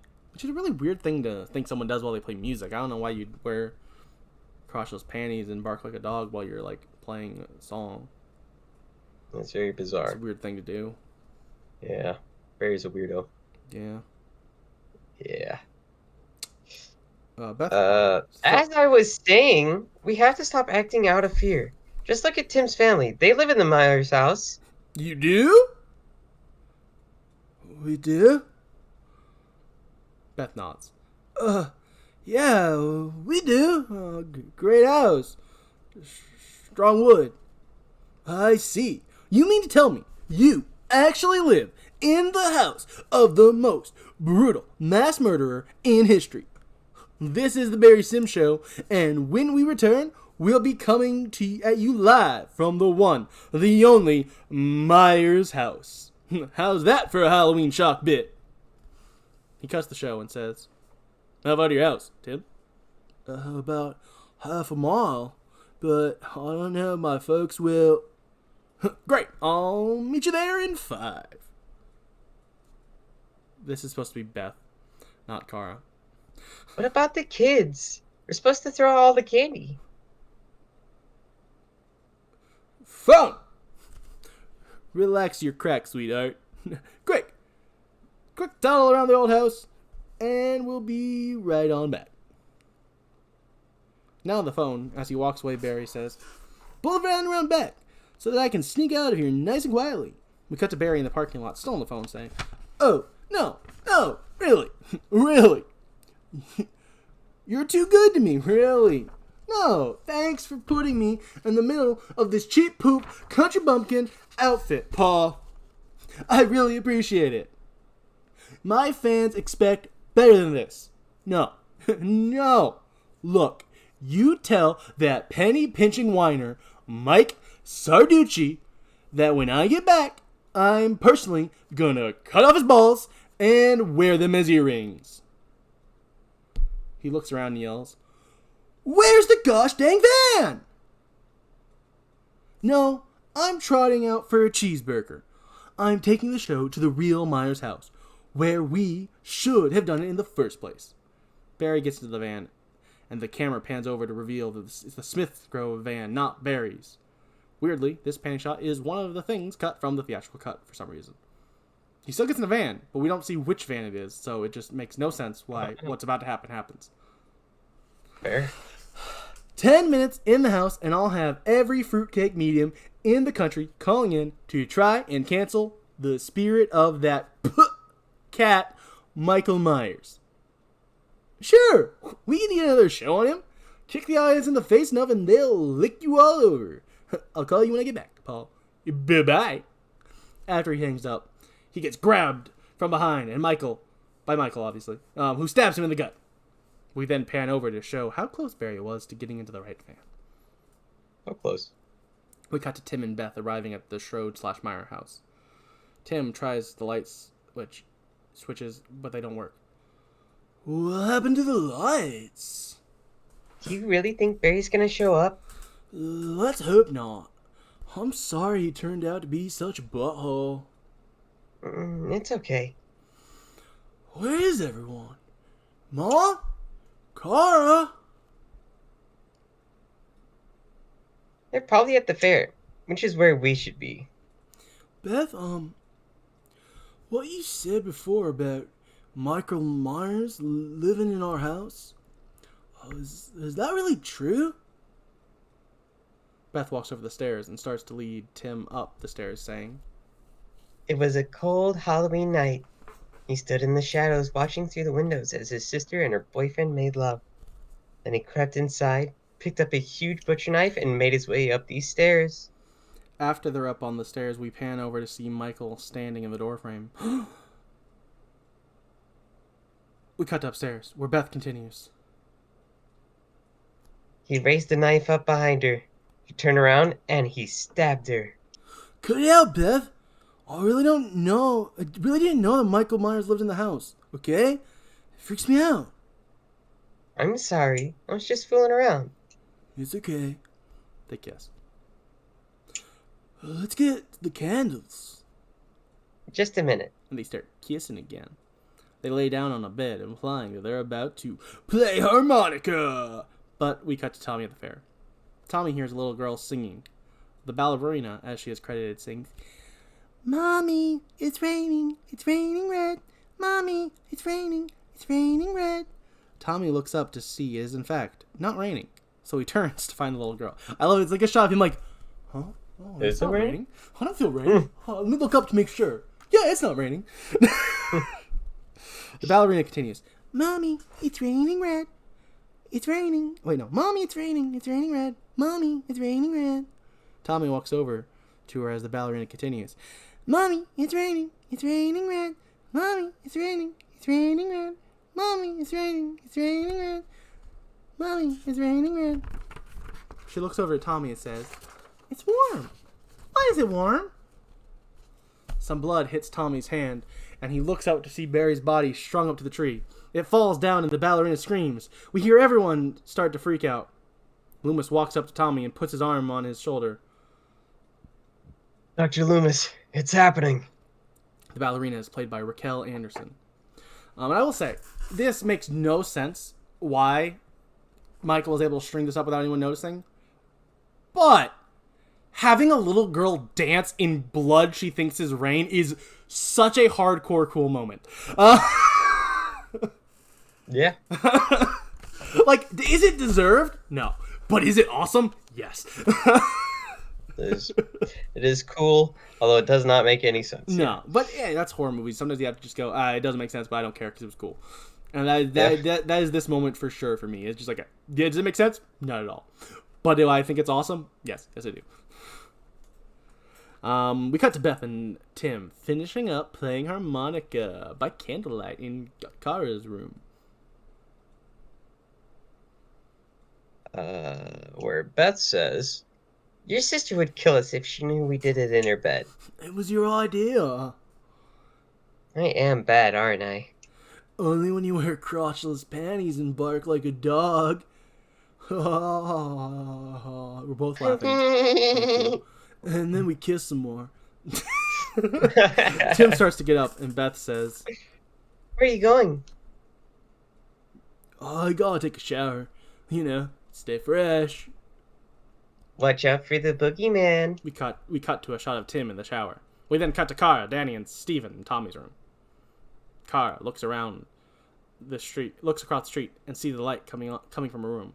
We cut to Tim, who says, Beth, could you bring a towel in here? I'm freezing. Where are we? You went on Egypt, honey. A towel is handed to him, but when it's grabbed, we see that there's the Cult of Thorn tattoo, revealing it's Michael. I guess to her at this point it could also be the Man in Black. Could be. Revealing it's someone who has the Cult of Thorn tattoo. Spoiler, it's Michael. Probably Michael. Yeah. Tim gets out and walks over to the fogged over mirror. He wipes it, and then Michael grabs him by the head and slits his throat. Back to Tommy's room, where Danny says, Mommy? hold on a second. Danny. She picks up the phone to pick a call. Danny hears the Man in Black say, Danny, come to me. We cut to Beth answer the phone. We cut to Beth answer the phone in Kara's room. It's Ghostman! Well, no, obviously it's Kara. Come on, guys, pay attention. Hello? Mom? Wait, who is that? No, this is Beth. What are you doing there? Do you know where my mother is? She's not home. No one is. What's wrong? Is Tim with you? He's in the shower. I'm across the street. I can see you. Beth, I want you to listen to me. Get Tim and get out of the house. Right now. We see Michael enter the room from the door behind Beth. What the hell is going on? Beth, look out! There's someone coming in. Someone in the room. He's right behind you. From Kara's point of view, we see Beth get stabbed to death by Michael. Beth notices Danny is in the front yard, heading up to the Strode Myers house. No! And Kara runs to get Danny, leaving Steven in the room. Kara enters the house and sees Danny up the stairs. She arms herself with a fire poker and heads upstairs. She very slowly enters the room. Kara walks over to the bed, lifts the covers to reveal the bloody corpses of Beth and Tim. She then covers them back up and looks over to see Danny in his room. Danny! I got really close for that whisper. Hopefully it picked up. Yeah, kind of. But for you, there's Discord. I'm hoping that the mic picked it up enough that it sounds. First. Yeah, I don't care if you hear it. Honestly, it doesn't really matter. She goes over to him, dropping the fire poker. Danny is staring off, unresponsive. Kara shakes Danny and says, "Danny!" That snaps him out of it. And Danny says, Mommy. Kara turns and sees Michael in the doorway. "Danny, run!" He runs off. Kara picks back up the fire poker.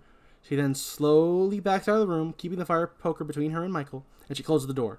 She continues to back away towards the stairs, but her mother's body comes crashing down from the attic. She screams. Ah! That's me screaming. Michael pushes open the door. Kara had closed. Kara ducks under the hanging corpse of her mom and runs down the stairs. Michael pulls the axe out of Deborah's corpse and heads down the stairs, but is blindsided by Kara with a fire poker on the landing halfway down the stairs. Michael falls down the rest of the stairs. Tommy and Loomis drive up outside and head into the boarding house. Kara slowly goes down the stairs, but Danny is in the room on the other side of Michael, staring unresponsively at Michael. "Danny, come to Mommy! Danny, please!" She then walks over to Danny and pulls him over Michael. As she tries to walk away, Michael grabs her ankle, because of course he did. He walked too close to the killer when they were down. Like, yeah, that always happens. Come on, have you not seen a horror movie? Randy Meeks would be yelling at you right now. Truly. She falls down, hitting the floor. She hits Michael's hand with a fire poker to get him to let go of her ankle. She and Danny run out the door as Michael does his sitting up spot. He does his slow walk, pursuing them thing as well. We cut to a shot of Loomis and Tommy, seeing that Steven is gone, with Tommy saying, "The baby. Where's the baby?" Kara and Danny run up to the locked door of the boarding house and bang on it until Tommy lets them in just in the nick of time. Loomis, as he's latching the chain door guard, says, "Get him upstairs! Now!" "Where's the baby?" "He's gone. Who else knew I had the baby?" No one. "No. There had to be someone else. Who knew?" Nobody knew. Except me and, Loomis is interrupted by the voice of the man in black that they can all hear this time, calling out, "Danny, come to me. Danny, come to me. Come, Danny." Danny goes towards the voice while everyone else closely follows. The others enter the room and see Danny sitting on the lap of the man in black. Kara says, "Daniel, no, please." The man in black looks up to reveal he's Dr. Wynn! Which, is not the greatest, cool play. It's not terrible in this version. In the theatrical cut, oh boy, is it terrible, because they cut out, half of the stuff from Wynn before this, so it feels completely like, who is this character even? Yeah, who's this guy? This cut, it's like, you see Wynn throughout the whole thing. I'm not saying it's, a great reveal, but at least it was a reveal that was structured well, where they actually introduced the character to you. Yeah. Wynn says, "Careful with the girl." Loomis and Tommy are grabbed by members of the Cult of Thorn, but Kara evades her cultist captor and runs away. Win. We cut to Kara upstairs. She goes into Tommy's room and sees Mrs. Blankenship holding Steven. "Mrs. Blankenship! Oh God, hurry, we have to..." But she stops when she sees the knife in Mrs. Blankenship's hand. Mrs. Blankenship says, "Hello, dear." Kara screams. Tommy's door is kicked open by another, I think is what I'm supposed to say. Not a river cultist. Oh, by a river cultist. This one you could tell loves the river. Yeah. So Kara runs and jumps through the window, landing on the ground. We see a shot that is reminiscent of the original that goes through the window and shows her lying in the grass, and we fade to black. This is a stunt that Chris does not have to recreate, because the movie does an accurate portrayal of Kara being unconscious on the ground, unlike what Chris thinks he could do. This shows what would actually happen if you jumped out of a 2-story window. I will give this movie credit. For the first time ever, they actually did something accurately in one of these movies. Chris does not have to recreate this one because it is shown in the movie that it would hurt him, so I don't want to hurt him. Oh, okay. These other ones he thinks he could do, so we could let him do those. This one, obviously, he can't because she could not. I knew this was going to come up when I saw it in the movie. Well, you should have, because it deserves to. Yeah. You should have never said you with no training could fall out of a window and get up like it's nothing, like all of those characters did. In the soft mud because it was raining heavily. Still, no. You would still get the wind completely knocked out of you and not get immediately back up, if you didn't get knocked out like Kara just did. But Kara did get knocked out, so where were we? Yeah, We fade back in somewhere. I say that somewhere.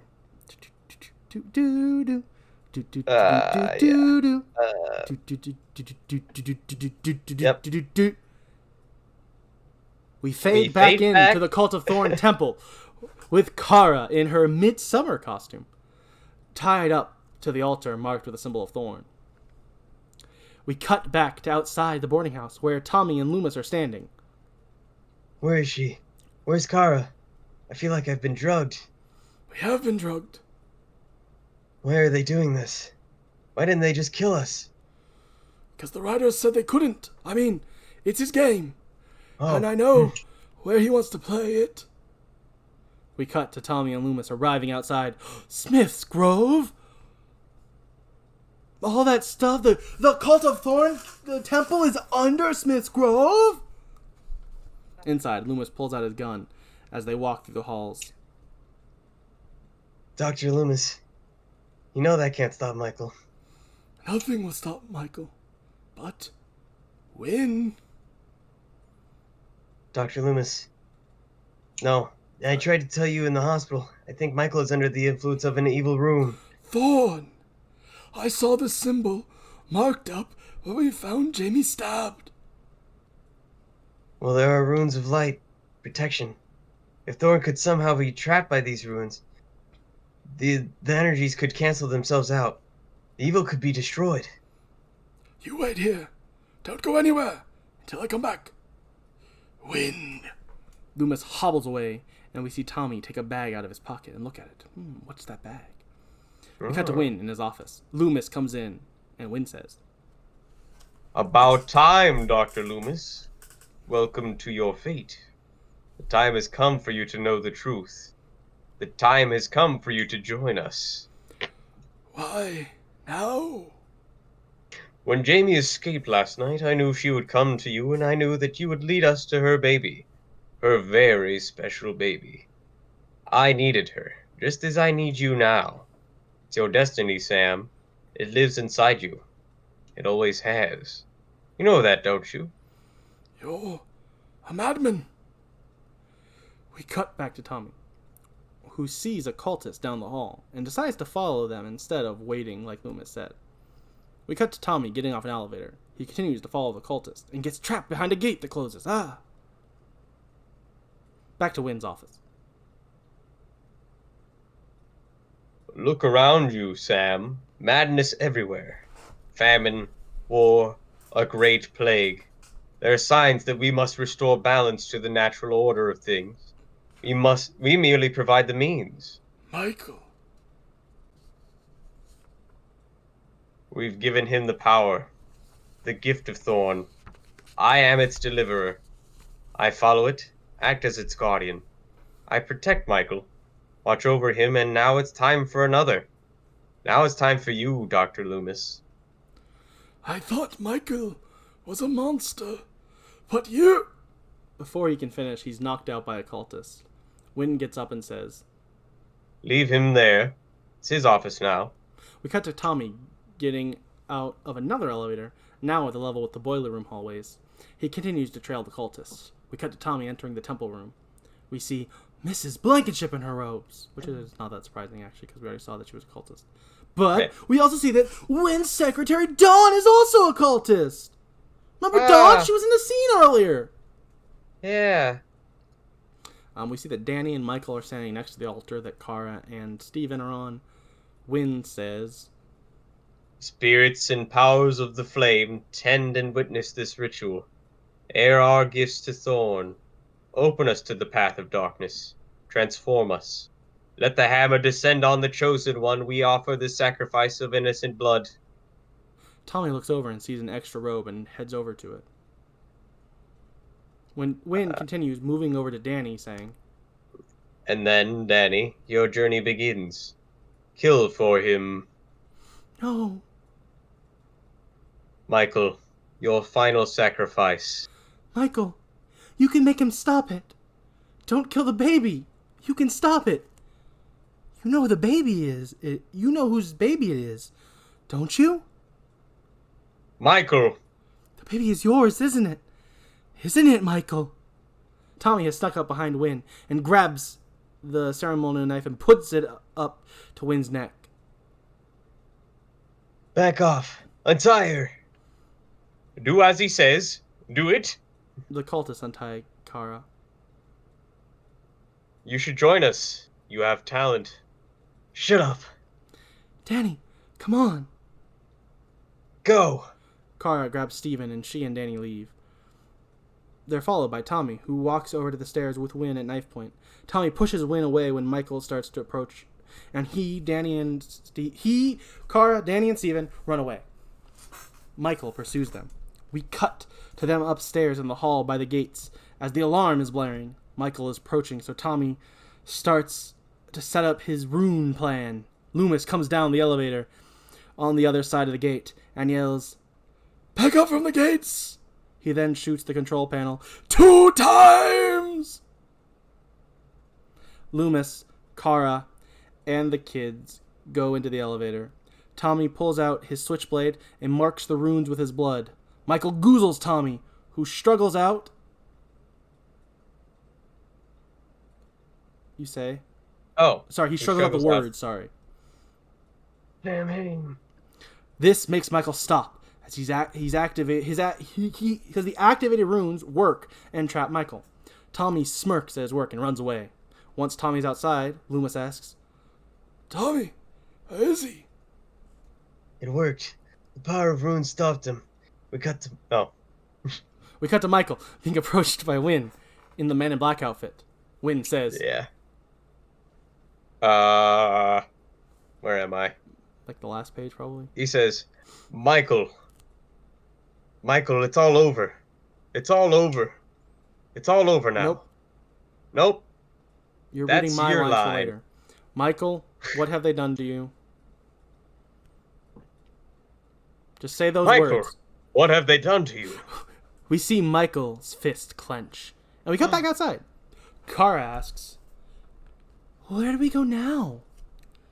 As far away from Haddonfield as possible. Come with us. No. I have a little business to attend to here. And he smiles at them. Tommy starts his Jeep and they drive away. Loomis heads back inside. He walks over to Michael lying on the floor. He says, Michael, it's all over. It's all over. It's all over now. He takes off Michael's mask to reveal, this isn't Michael. It's Wynn. Wynn looks around confused and says, Michael's gone. He grabs Loomis by the wrist and says, It's your game now, Dr. Loomis. Loomis looks at his wrist, and the symbol of Thorn tattoo appears on his wrist as he's been bestowed as the new guardian of Michael. Loomis looks around and then screams, "Ah!" We cut to Michael wearing the Man in Black outfit, hearing Loomis scream, and walks off into the light at the end of a dark hall. We cut to a jack-o'-lantern at the Strode/Myers house. The wind blows out the candle. We fade to black. We then get an in memoriam for Donald Pleasance, and then our credits. Yeah. Alright, so my thoughts on this movie are, I actually don't mind it. I kind of like it. It's not, like, good, but, like, I don't mind the cult stuff. It's stupid, it's silly, it's convoluted for no reason, but it does tell a coherent story that I somewhat enjoy. I'm not gonna say, hey, you all need to go watch it, but I don't mind it. I think it's fine. I would definitely have no problem rewatching this if I were to watch the series again. I would not question watch it. I'd be like, oh yeah, sure, I'll watch that again. It's fine. That's my thoughts. This cut, I will say that I don't remember what my thoughts on the Thatcher cut when I watched it, but when I've watched videos on it since, all the things that people have pointed out saying that are changed and different in this movie, I'm like, that just sounds like a terrible movie, and I don't want to ever watch that again. I will maybe watch the producer's cut again at some point. That is entirely fair.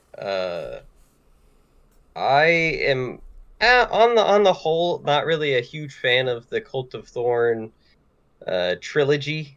But I will say this makes the most sense out of all of the things that have happened since they introduced the Cult of Thorn, and as much as I dislike what it has made the Halloween series, I think this is probably the best of the Thorn trilogy. Really? Maybe. You like this more than Halloween 4? You just liked that movie. Now you're giving this like I don't know what I think of it. In the Cult of Thorn's regard, Well, for the Cult of telling Thorn's that barely story. not even in 4, and that's why it's a good movie. And exactly. But you then said the statement, this is my favorite of the Cult of Thorn trilogy. That includes Because 4. I don't even know that I would really qualify Well, then it can't be a Cult of first Thorn of the trilogy, Chris. Well, you said it first, so now I Because feel that's like what I they had call the to say 3 it. movies. All you Yeah. said is you like this more than 5, which I completely respect. But don't you dare. I will die on the hill. If you try to say this is better than 4, those are fighting words. Yeah, four was good. This Okay. was Okay. not very good at all. I respect that entirely. But if you try to tell me But- this, you like this is the best of the Thorn trilogy, which includes 4. It was passable, Okay. respect which that. 5 was not. No, it wasn't. It's really bad. It's not as bad as I remember watching it the first time, as I said last week, but it is still bad. I don't like it. I Yeah, don't wanna ever very watch it. glad we did not watch the theatrical cut though, because I think I would have just been really mad that I watched that movie. Yeah, I've This one was fine. Yeah, I think that's fair. I enjoyed it enough, but I completely respect if someone said, "Oh, this movie just sucks." I'm like, yeah, probably. You're not But on the wrong. whole, I just really wish that the Cult of Thorn was never introduced. Yeah, I to agree. Because it Halloween. wasn't in 4, and I think 4 ended in a way that could have been great. But then they didn't do that, and they went down this path. Kind of. They very, very, very loosely teased something in the last movie, and then this movie went, I guess it's this? Yeah. Surprise! It's Dr. Wynn. Remember Dr. He Wynn? was in a scene in the first movie, played by a different actor. Yeah. So yeah, glad that the Curse of Thorn trilogy is over. That's fair. I respect that entirely. But yeah, this is the end of the Curse of Thorn trilogy, which means it's time for our first new timeline. Because next week we will be covering Halloween H2O 20 years later. Because it is a direct sequel to, well, yeah, to both 1 and 2, which both take place in 78, and this one is 98, so yeah. Yeah. Yeah, it's a sequel to both. It does, because spoiler, Michael is still her brother. Yeah. Welcome to the new old timeline. Yeah, this is the welcome to timeline. Well, technically 3 if you count 3 as its own timeline. This would be our third is true. timeline. But yeah, Welcome to the third timeline. yeah. Welcome to the third of 5 timelines. Yeah. Halloween is a weird series. But not as bad as Texas Chainsaw Massacre when it comes to timelines or yeah, movies. that's true. I said it. Also true. I don't know. I do really hate Halloween 5. I don't think might that's put a Halloween hot 5 take. as lower than any of the Texas Chainsaw Massacres personally. But That's fair. overall, I might put I Halloween didn't really 3. enjoy the Texas Chainsaw Massacre franchise. So, but we're not talking about that. We're talking about this today. We did it. We made it through a podcast. If you like us, 5-star review on any podcast app. Not if you like the podcast. If you just like us as people, please, we need it. Pretty cool. Also, if you want to watch the video version of this podcast, see our pretty little faces, you can head on over to youtube.com/@horrorboys, which honestly kind of popping lately. There's a lot of people, not a lot, but for us, we got like 5 subscribers in a month, which is a fourth of our subscriber list. I We're don't know how- growing exponentially, guys. yeah, Halloween is, people love it. People want to hear us talk about Halloween. So, we're gonna keep doing it till it's done, and then we're done. We're moving on. Yeah. But yeah, Sorry. if you want to support us directly, you can at patreon.com/horrorboys. Yeah. Yeah. But yeah, I've been Austin, joined by Chris as always, and we will see you next week. Bye bye. Bye-bye.